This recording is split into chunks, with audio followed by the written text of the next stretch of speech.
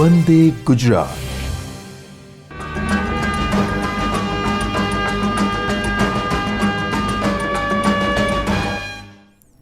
નમસ્કાર મિત્રો, virtual classroom ટ્રેનિંગમાં આપનું સ્વાગત છે. હું પિયુષ ચૌહાણ, ITI ધોળકા. કોપર ટેડમાં આપણે આજે એક લેસન ભણવાના છે જેનું નામ છે ફ્લોચાર્ટ ઇન જાવાસ્ક્રિપ્ટ. ફ્લોચાર્ટ એટલે શું અને જાવાસ્ક્રિપ્ટમાં એનો કેવી રીતે ઉપયોગ કરી શકાય અથવા કેવી રીતે એને દોરી શકાય એ વિષય પર આપણે ચર્ચા કરીશું. અને ફ્લોચાર્ટ દોરતા પણ તમને શીખવાડીશું કે તમને ખ્યાલ આવે કે ફ્લોચાર્ટ કેવી રીતે દોરી શકાય. તો પહેલાં આપણે જોઈએ સ્ક્રીન ઉપર ફ્લોચાર્ટની વ્યાખ્યા. ફ્લોચાર્ટ એટલે શું?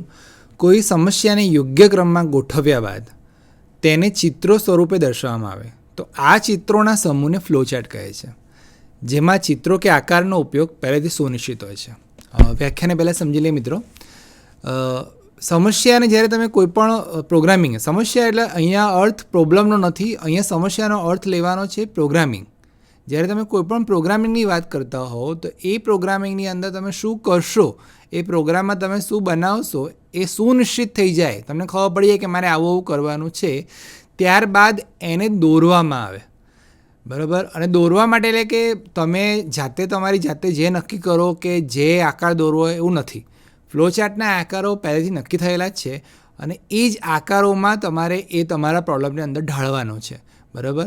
ફ્લોચાર્ટની અંદર ઘણા બધા આકારો છે, પણ કયો આકાર કયા કામ માટે વપરાય અથવા કયો આકાર કેવી રીતે દોરાય અને ક્યારે એનો ઉપયોગ ન કરી શકાય અને ક્યારે એનો ઉપયોગ કરી શકાય એ આપણે અહીંયા આજે આ લેક્ચરમાં શીખવાના છીએ. ફ્લોચાર્ટના આકારો વિશે અને ફ્લોચાર્ટ કેવી રીતે દોરાય એ બંનેની આપણે વિસ્તૃત માહિતી આજે મેળવીશું.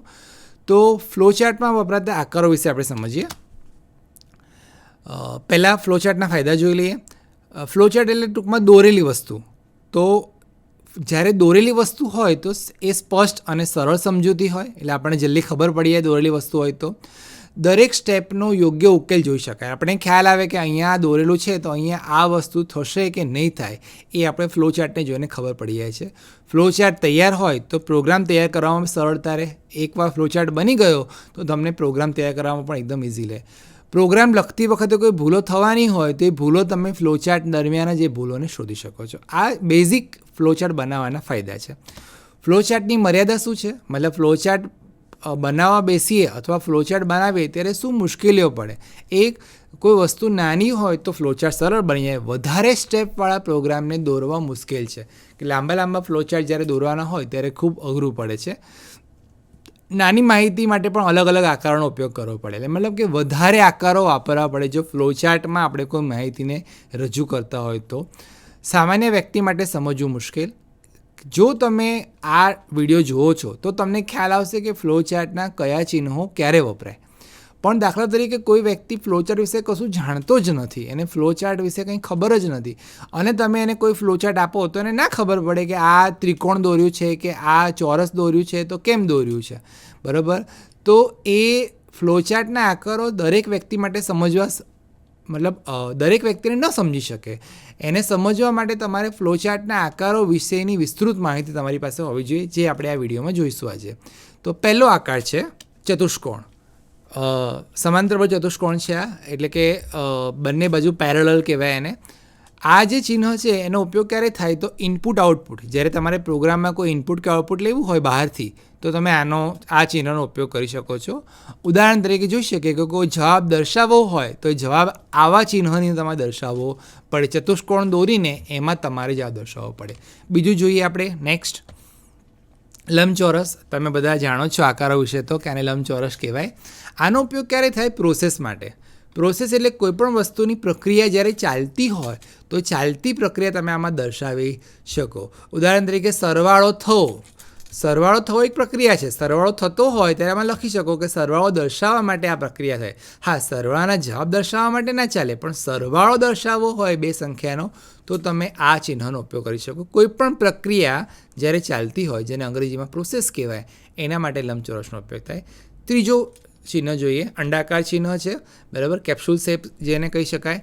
આ ઉપયોગ જ્યારે કોઈ પણ ફ્લોચાર્ટ શરૂઆત થાય અથવા કોઈ પણ ફ્લોચાર્ટનો અંત થતો હોય તો જ્યારે પ્રોગ્રામ ફ્લોચાર્ટ શરૂ થાય ત્યારે સ્ટાર્ટ લખીને આ ચિહ્ન મૂકવામાં આવે અને ફ્લોચાર્ટ જ્યારે પૂરો થાય ત્યારે સ્ટોપ લખીને આ મૂકવામાં આવે. સ્ટાર્ટ અને સ્ટોપની જગ્યાએ તમે તમારી રીતે બિગિન, એન્ડ કે એવો શબ્દ વાપરી શકો છો, પણ ચિહ્ન આ જ હોવું જોઈએ, બરાબર. ઉદાહરણ તરીકે પ્રોગ્રામ જ્યારે સ્ટાર્ટ કરવો હોય તો સ્ટાર્ટ ફ્લોચાર્ટ એટલે આવું ચિહ્ન દોરીને તમે સ્ટાર્ટ લખી શકો છો. આગળ છે ડાયમંડ શેપ. ડાયમંડ શેપ એટલે નિર્ણય કરવા માટે વપરાય કે જ્યારે તમે કોઈ પણ વસ્તુ ફ્લોચાર્ટની અંદર એવી નક્કી થતી હોય કે આ વસ્તુમાં હા કે ના, શું આવું થશે, હા અથવા ના, એવા બે સ્થિતિ ઉત્પન્ન થતી હોય ત્યારે આકારનો ઉપયોગ કરવામાં આવે. ઉદાહરણ તરીકે શું એની કિંમત બી કરતાં મોટી છે, તો એમાં જવાબ હામાં પણ આવી શકે છે, નામાં પણ આવી શકે છે. તો આવી જ્યારે કોઈ શરત મૂકવાની આવે, કન્ડિશન મૂકવાની આવે ત્યારે તમે ડાયમંડ શેપનો અહીંયા ઉપયોગ કરશો. આગળ ચિહ્ન જોઈએ. ફ્લોચાર્ટમાં વપરાતા કનેક્ટર્સ. કનેક્ટર એટલે શું કે ઘણીવાર ફ્લોચાર્ટ લાંબા થઈ જતા હોય અથવા ઘણીવાર પેજની બાજુમાં લખવાના હોય તો એ વખતે તમે આવી રીતે બે કનેક્ટરનો ઉપયોગ કરી શકો. એટલે ચોક્કસ જગ્યાએ જ્યારે આકૃતિ પૂરી થઈને બીજા પેજ ઉપર જતી હોય, જેને આપણે સામાન્ય રીતે ગુજરાતીમાં અનુસંધાન કહીએ છીએ કે ભાઈ કોઈ પેજ હોય એમાં માહિતી અધૂરી તો આપણે અનુસંધાન લખીએ કે અનુસંધાન 8મા પન્ના ઉપર, પછી આપણે 8મા પન્ના ઉપર જવું પડે. એવી રીતે જ અહીંયા કનેક્ટર આપેલા હોય છે. કનેક્ટરના આકારો તમે સ્ક્રીન ઉપર જોઈ શકો છો કે અહીંયા મેં લખ્યું છે એક અને નીચેની તરફ એરો છે અને પાછું એનું એ જ કનેક્ટર લખ્યું છે એક અને નીચેની ઉપરની તરફ એરો. એટલે કે એક પેજ ઉપર પહેલું ચિહ્ન મૂકવાનું અને બીજા પેજ ઉપર બીજું ચિહ્ન મૂકવાનું, એટલે સામેવાળા વ્યક્તિને ખબર પડે કે આ ફ્લો ચાર્ટ આ પેજ ઉપર જવાનું છે, બરાબર. એટલે કે ફ્લો ચાર્ટને બીજા પેજ ઉપર દર્શાવવા માટે વપરાય છે. પ્રિપરેશન. આ કોઈપણ પ્રકારની તૈયારી કરવા માટે વપરાય કે જ્યારે તમે કોઈ પણ વેરિયેબલ પ્રોગ્રામમાં લેતા હોય કે જેની કિંમત તમારે ફિક્સ કરી દેવી છે, જેને આપણે અંગ્રેજીમાં લોક કરી દેવી કહેતા હોય છે, અથવા કોઈ કિંમતનું પુનરાવર્તન તરીકે દર્શાવી હોય કે જે કિંમત વારંવાર પ્રોગ્રામમાં વપરાતી હોય તો એને આવી રીતે આ ચિહ્નમાં મૂકવામાં આવે છે. ઉદાહરણ તરીકે પાઈ. તો આપણને બધાને ખબર છે કે ગણિતમાં પાઈની કિંમત 3.14 છે. હું કે તમે એને ન બદલી શકીએ તો એ કિંમતને આપણે આવા ચિહ્નમાં દર્શાવતા હોય છે. Flow line. 4 પ્રકારના ફ્લો હોય. જેમ કે જ્યારે તમે ફ્લો ચાર્ટ દોરો છો તો એક દિશામાંથી ફ્લો ચાર્ટ કદાચ બીજી દિશામાં પણ જાય અને બીજી દિશામાંથી કદાચ ત્રીજી દિશામાં પણ જાય. તો ફ્લો ચાર્ટની જે દિશા છે કે કઈ દિશામાંથી કયું ક્રમ ક્યારે આવશે એ નક્કી કરવા માટે તમે આવી રીતે 4 લાઇન, કહેવાનો મતલબ 4 એરોઝનો તમે ઉપયોગ કરી શકો છો. આપણે અહીંયા જે ચિહ્નો જોયા છે એ અલગ અલગ ચિહ્નો છે, જેમાં તમે ચતુષ્કોણ જોયું, અંડાકાર જોયું, લંબચોરસ જોયું, ફ્લો લાઇન જોયું, પ્રિપરેશન્સ જોયું. આ બધા ચિહ્નોને ભેગા કરીને તમારે ફ્લો ચાર્ટને દોરવાનો છે, બરાબર. અને ફ્લો ચાર્ટ તમને દોરતા આવડે ત્યારે તમે કોઈ પણ વ્યક્તિની પ્રોગ્રામરને એ આપો તો એના બેઝ ઉપર એ કામ કરી શકે. ખરેખર પ્રોગ્રામરને 2 જણની જરૂર પડે, અલ્ગોરિધમની અને ફ્લો ચાર્ટની. અલ્ગોરિધમ વિશે તમે કદાચ જાણતા જ હશો, પણ ફ્લો ચાર્ટ એટલે શું કે અલ્ગોરિધમ બનાવ્યા પછી, એટલે કે અલ્ગોરિધમ તૈયાર છે એના આધાર ઉપર આ જેટલા આકારો તમે જોયા છે, વધારે નથી, 8-9 જ આકારો છે, એ 8-9 આકારોનો ઉપયોગ કરીને તમે તમારી વાતને રજૂ કરી શકો છો, બરાબર. આ કમ્પ્યુટર ફિલ્ડ સાથે સંકળાયેલી વસ્તુ છે, મતલબ કે જે કમ્પ્યુટર જાણતો હોય વ્યક્તિ અથવા જે ફ્લોચાર્ટ બનાવતો હોય એને જ આ આકારો વિશે અને એના ઉપયોગ વિશે ખબર હોય છે. તો ચલો મિત્રો, આપણે હવે જોઈએ આ ફ્લોચાર્ટને કાગળ ઉપર જ્યારે તમે દોરશો રિયલ લાઈફમાં ત્યારે કેવી રીતે દોરશો અને એની વિશે આપણે વિસ્તૃત માહિતી મેળવીએ. મિત્રો, આપણે ફ્લો ચાર્ટના આકારો વિશે શીખી ગયા છીએ, બરાબર, જેમાં અંડાકાર, લંબચોરસ, ડાયમંડ શેપ, બધા શેપ વિશે આપણે જાણ્યા. હવે આ શેપને ભેગા કરીને એને કાગળ ઉપર કઈ રીતે દોરી શકાય, એને દોરવા માટે ઘણા બધા કમ્પ્યુટરના સોફ્ટવેર રેડીમેડ આવે છે, પણ જ્યારે આપણે ફ્લો ચાર્ટને શીખતા હોઈએ ત્યારે સૌથી પહેલાં એને કાગળ ઉપર દોરવાની પ્રેક્ટિસ કરવી ખૂબ જરૂરી છે અને ત્યારબાદ જ એને કમ્પ્યુટરની અંદર આપણે દોરી શકીએ છીએ. તો અહીંયા આપણે 3-4 અલગ અલગ ફ્લો ચાર્ટ શીખીએ. તો પહેલું છે 2 સંખ્યાનો સરવાળો દર્શાવતો ફ્લો ચાર્ટ.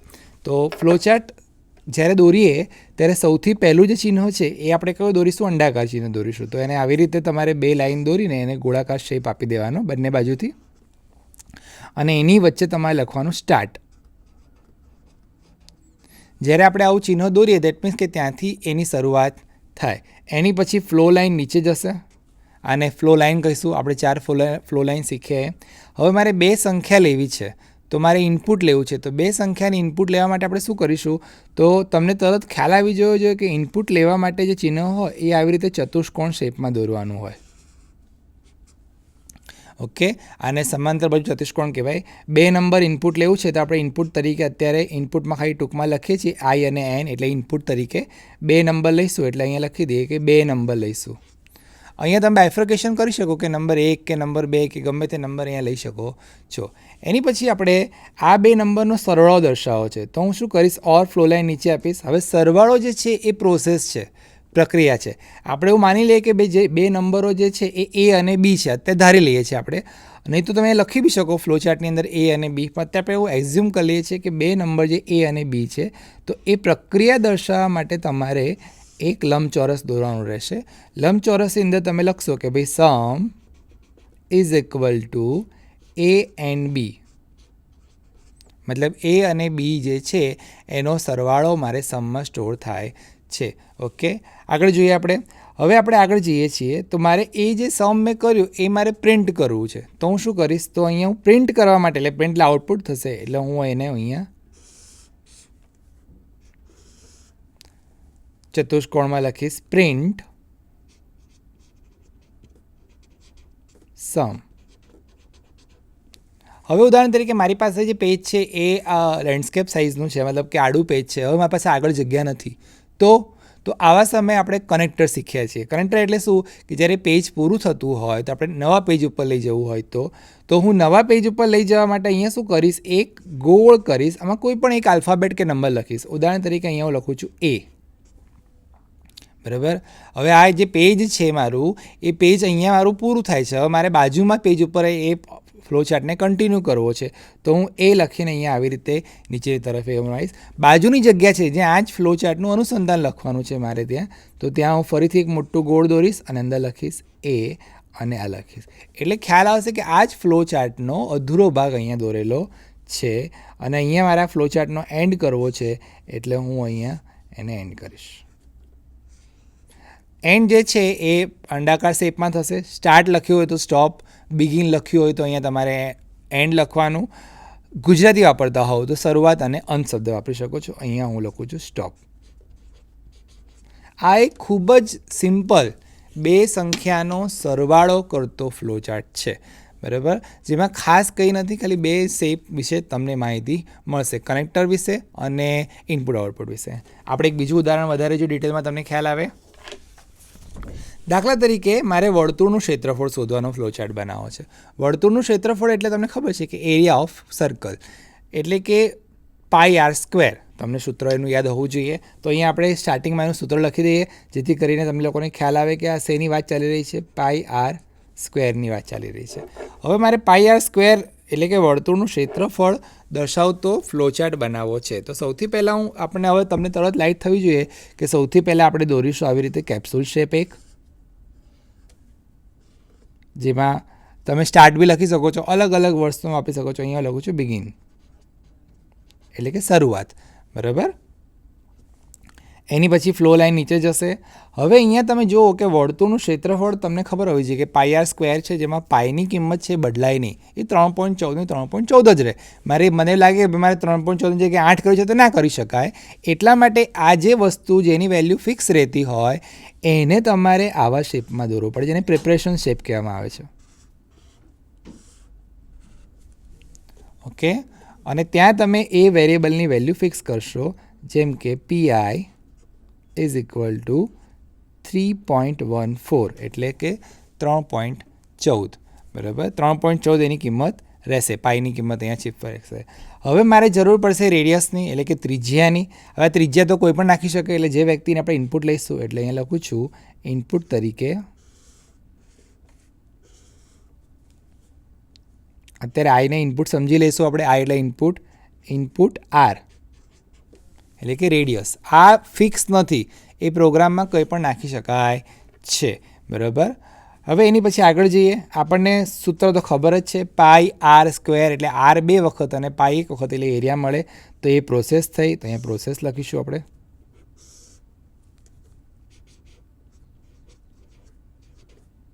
એરિયા બરાબર π ગુણ્યા R ગુણ્યા R, એટલે 2 વખત R અને 1 વખત π, એટલે πr² એવું થશે.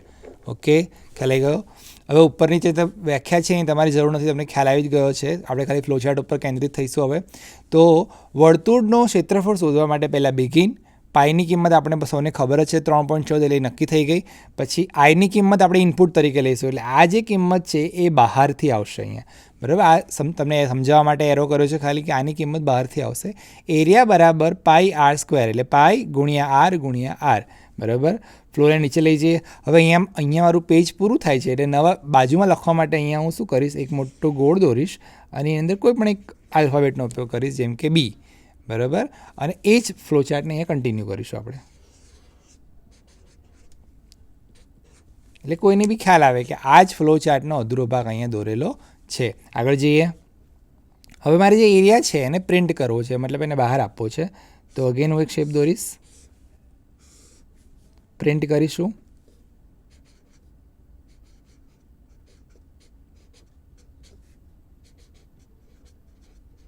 એરિયા પ્રિન્ટ કર્યો, એટલે આ જે એરિયા મને અહીંયા મળ્યો એ એરિયાને મેં અહીંયા પ્રિન્ટ કર્યો છે. અને અહીંયા મારો પ્રોગ્રામ પૂરો થાય છે, એટલે એને હું કરી દઈશ. હવે અહીંયા તમે બિગિન શબ્દનો ઉપયોગ કર્યો છે, બરાબર. એટલે પ્રોગ્રામની અંદર અગત્યનું એ છે કે તમે જે ત્યાં સ્ટાર્ટ લખ્યું હોય તો અહીંયા સ્ટોપ લખી શકાય.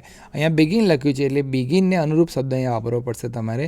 એટલે તમે અહીંયા બિગિનને અનુરૂપ શબ્દ કયો લખી શકાય, એન્ડ, બરાબર. તો અહીંયા આ પ્રોગ્રામની અંદર આપણે નવું શીખ્યા છીએ પ્રિપરેશન શેપ્સ, જે આપણે આગળ સ્લાઇડ શોમાં જોઈ ચૂક્યા છીએ કે પ્રિપરેશન સેટની અંદર એવી વસ્તુ લખવામાં આવે કે જેની વેલ્યુ લોક થઈ જાય. આપણને ખબર છે કે 3.14 જે છે એ લોક થવા માટે છે. તો આ જે તમારા સ્ક્રીન ઉપર દેખાય છે એ છે વર્તુળનું ક્ષેત્રફળ દર્શાવતો ફ્લોચાર્ટ. ઓકે, ચલો આગળ શીખીએ. ચલો આપણે જોઈએ 1 થી n સુધીનો પ્રોગ્રામ પ્રિન્ટ કરવા માટે, 1 થી n નંબર સુધી.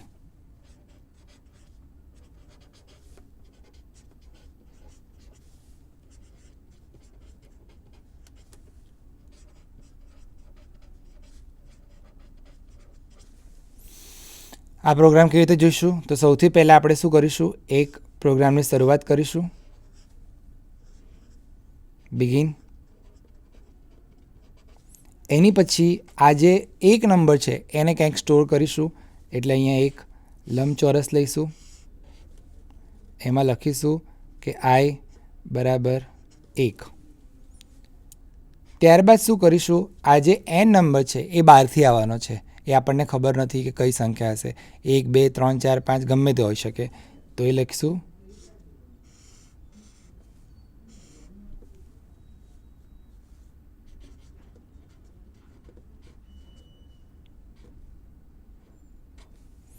રીડ એનનો મતલબ થશે કે એ સંખ્યા બહારથી આવશે, બરાબર. એટલે આપણને ખબર નથી કે 1થી લઈને ક્યાં સુધી પ્રિન્ટ થશે.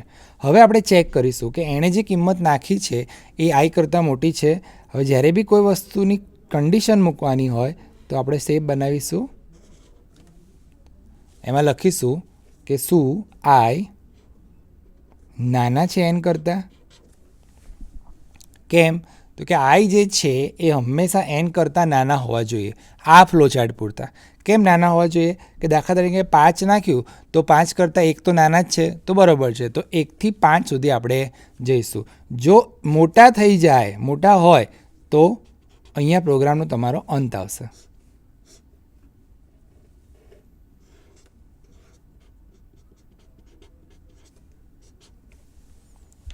પણ આઈની કિંમત n કરતાં નાની છે. અત્યારે કેટલી છે આઈની કિંમત? n. આપણે અત્યારે હાલ એઝ્યુમ કરી લઈએ છીએ કે nની કિંમત 5 છે. આ આપણે નક્કી નથી કર્યું, આપણે ખાલી કલ્પના કરી છે કે 5 હશે એવું. તો n જે છે એ 5 છે અને i 1 છે, એટલે સ્વાભાવિક છે કે આ શરત સાચી પડી, એટલે લખીએ યસ. હવે જ્યારે સાચું છે કે ભાઈ આઈની કિંમત જે છે એ 1 છે અને nની કિંમત છે એ 5 છે, હા સાચું છે, ઓકે, તો આઈની કિંમત પ્રિન્ટ થશે.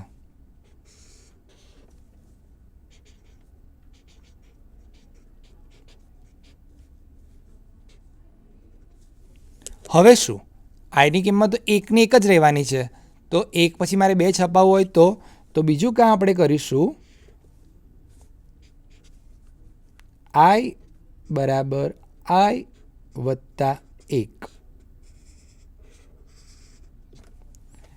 આઈની અંદર 1નો ઉમેરો, બરાબર. અહીંયા આપણે કિંમત ધારી છે 5, બિગિન કર્યું, આઈ બરાબર 1 લંબચોરસની અંદર, રીડ એન એટલે આઈ બરાબર 1 કર્યું, એનની કિંમત રીડ કરી, એ ગમે તે હોઈ શકે, એ નક્કી નથી. અત્યારે આપણે હાલ એને 5 ધારી લીધી છે આપણા મનમાં, બરાબર. કન્ડિશન ચેક કરીએ આપણે કે શું આઈની કિંમત એન કરતાં નાની છે, બરાબર. હા, તો આપણે શરૂઆત કરીશું આઈને છાપવાની, જે કેટલા છે અત્યારે 1 છે, જે કેટલા છે અહીંયા 1 છે. જો ના, તો અત્યારે પ્રોગ્રામ અહીંયા મારો ફ્લોચાર્ટ પૂરો થાય છે. પણ હજી ફ્લોચાર્ટ અધૂરો છે. પ્રિન્ટ કરી આઈ એટલે 1 પ્રિન્ટ થયા, નીચે આવ્યું આઈ બરાબર 1 વત્તા 1 એટલે 1 ને 1 આઈ થઈ ગયા 2. હવે આ લાઈન આગળ નહીં જાય, હવે આ લાઈન અહીંથી ઉપર જશે અને અહીંયા આવશે. ઓકે, તો હવે આખો ફ્લોચાર્ટ આપણે ફરી સમજીએ.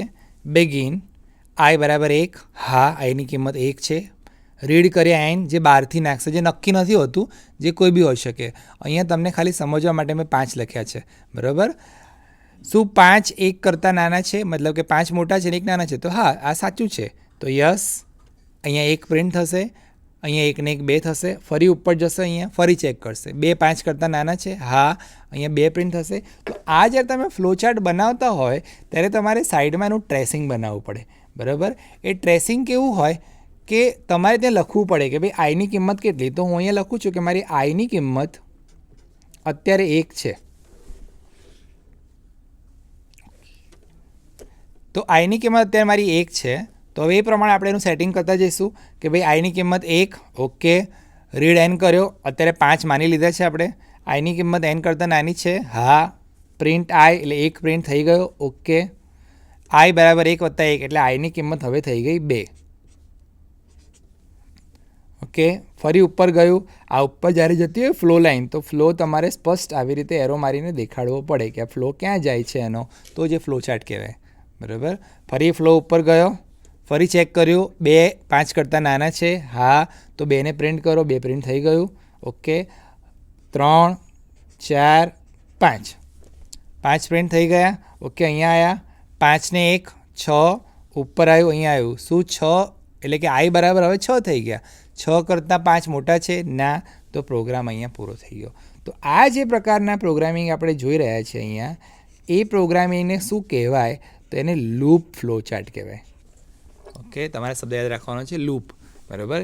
કે જેની અંદર તમે બિગિન કરો, પછી આઈ એક સંખ્યા આપો, એ બહાર એક વ્યક્તિ પાસેથી કોઈ સંખ્યા લો, અને પછી તમે જોયું હશે કે તમે એટીએમમાંથી પૈસા બી ઉપાડો ને તો બી આ જ લોજિક ત્યાં હોય કે ભાઈ એને લખ્યું કે ભાઈ તમે 10,000 રૂપિયા ઉપાડે છે તો એને 500 500ની 20 નોટો ગણવાની છે. તો એ ગણશે, 1 થઈ, ઓકે. હવે 2, ઓકે. 3, ઓકે. જ્યારે 20 નોટ થઈ ગઈ તો આગળ નોટ ગણવાની છે, નો.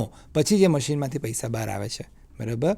તો આવી રીતે તમે કોઈ બી ફ્લો ચાર્ટ જે છે એ દોરી શકો છો, બરાબર. આ લૂપ ફ્લો ચાર્ટ છે. હા, એ જે શેપ્સ છે બધા, એ તમે તમારી રીતે ગમે તે એડજસ્ટ કરી શકો, અથવા વધારે સુંદર લાગે એવી રીતે તમે એને ડેકોરેટ કરી શકો છો. ઓકે, એક છેલ્લો ફ્લો ચાર્ટ આપણે જોઈ લઈએ.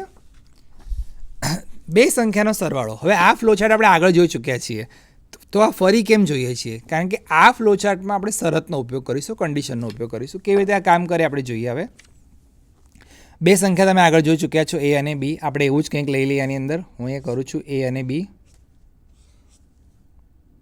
સ્ટાર્ટ. ઓકે, આગળ જઈશું. હવે મારે 2 સંખ્યા ઇનપુટ કરાવી છે, બરાબર. તો હું ઇનપુટ કરાવવા માટે અહીંયા ચતુષ્કોણ દોરું છું, બરાબર. ઇનપુટ કરાવવા માટે જે વર્ડ છે કમ્પ્યુટરની, રીડ છે. આપણે 2 સંખ્યા ના આપી દઈએ, એકને એક્સ અને એકને વાય, બરાબર. વચ્ચે અલ્પવિરામ મૂકી દઈએ એટલે અલગ પડે. એક્સ અને વાયને રીડ કરીશું, એટલે 2 સંખ્યા જે છે એક્સ અને વાય એ આપણે રીડ કરાવવાના છીએ. હવે આપણે ચેક કરીશું. દાખલા તરીકે કોઈ વ્યક્તિ સંખ્યા નાખે છે 0, એક્સ 0 અને વાય 5, તો સરવાળો કરવાનો કે અર્થ રહેતો નથી, બરાબર. તો મારે એવું કરવું છે કે બંને સંખ્યા ધન સંખ્યા જ હોવી જોઈએ, -1 કે 0 કે -2 હોવી જોઈએ નહીં. તો હું અહીંયા કન્ડિશન મૂકું છું,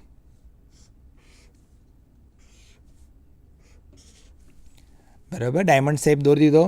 હું એ કન્ડિશન મૂકું છું, એક્સ જો 0 કરતાં નાના હોય, એક્સ જો 0 કરતાં નાના હોય, અથવા ઓર વાય બી જો 0 કરતાં નાના હોય, બરાબર. જીરો હોય તો વાંધો નહીં, સરવાળો ભલે થઈ જતો, કારણ કે જીરો સાથે વાંધો નથી, પણ માઇનસમાં સરવાળો મારે કરવો નથી, એટલે મેં મૂક્યું એક્સ. જો જીરો બી અંદર ઇન્ક્લુડ કરવો હોય તમારે તો તમે અહીંયા આવી રીતે આપણે મેથ્સમાં લખતા હતા એમ લખી શકો છો. તો અહીંયા એક્સની કિંમત જીરો કરતાં નાની અને વાયની કિંમત જીરો કરતાં નાની હોય તો અહીંથી બે કન્ડિશન નીકળશે, એક યસ અને એક નો. બરાબર.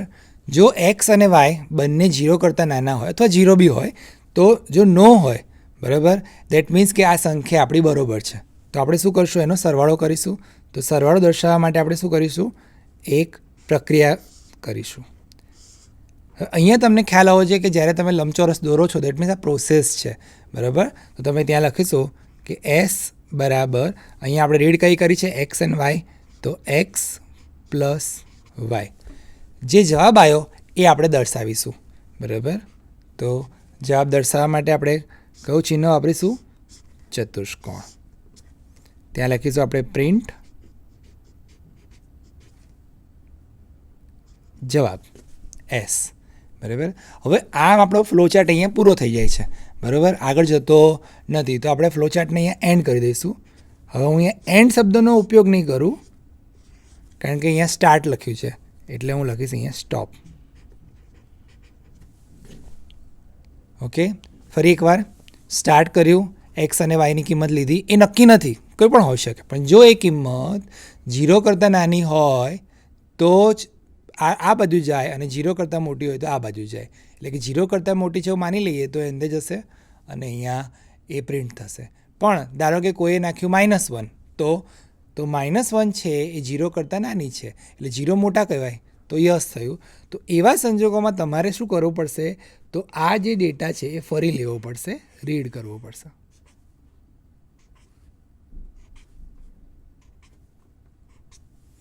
ઓકે. તો જ્યારે એક્સ કે વાયની કિંમત જીરો કરતાં નાની હશે તો એને ચલાવી લેવામાં આવશે નહીં, તો એ ફરી ઉપર જશે અને ફરી સંખ્યા નાખશે. તમને ખબર હશે કે તમે સપોઝ એટીએમમાં કંઈ જાઓ અને કોઈ પણ અમાઉન્ટ નાખો ને એવી કોઈ અમાઉન્ટ નાખો જે ઉપડે એવી જ ના હોય, તો તરત તમને મશીન શું કહે કે ઇનવેલિડ વેલ્યુ કે રોંગ અમાઉન્ટ, અને ફરી અમાઉન્ટ નાખો.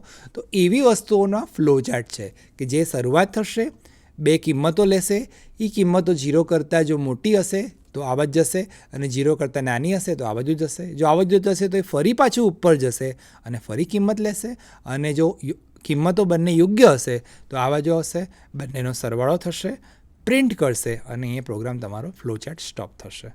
તો મિત્રો આપણે જોયું એમ કે ફ્લોચાર્ટની અંદર તમને આકારો વિશે ખ્યાલ આવવો જોઈએ અને આકારોને કેવી રીતે તમે એને નોટ પેન ઉપર દોરી શકો. અત્યારે બજારની અંદર ઘણા બધા તૈયાર સોફ્ટવેરો મળે છે, એપ્લિકેશન્સ મળે છે કે જેનો ઉપયોગ કરીને તમે ફ્લોચાર્ટ ડાયરેક્ટ કમ્પ્યુટરમાં દોરી શકો છો. પણ જ્યારે આપણે એક વિદ્યાર્થી તરીકે ફ્લોચાર્ટ દોરવાની શરૂઆત કરતા હોઈએ તો જાવાસ્ક્રિપ્ટ જેવી લેંગ્વેજ, જેમાં આપણા અભ્યાસક્રમમાં આપણે વાત કરી રહ્યા છીએ ફ્લોચાર્ટ ઇન જાવાસ્ક્રિપ્ટની અંદર, તો જાવાસ્ક્રિપ્ટની અંદર પહેલાં તમારે ફ્લોચાર્ટ નોટબુકમાં દોરવાનો હોય, નોટબુકમાં દોર્યા બાદ તમારે એનું જાવાસ્ક્રિપ્ટની અંદર એનું પ્રોગ્રામિંગ કરવાનું રહેતું હોય છે. બરાબર. તો મિત્રો હવે આપણે આ વિષયને પૂરો કરીએ છીએ અને નવા વિડીયો સાથે ફરી મળીશું. Thank you.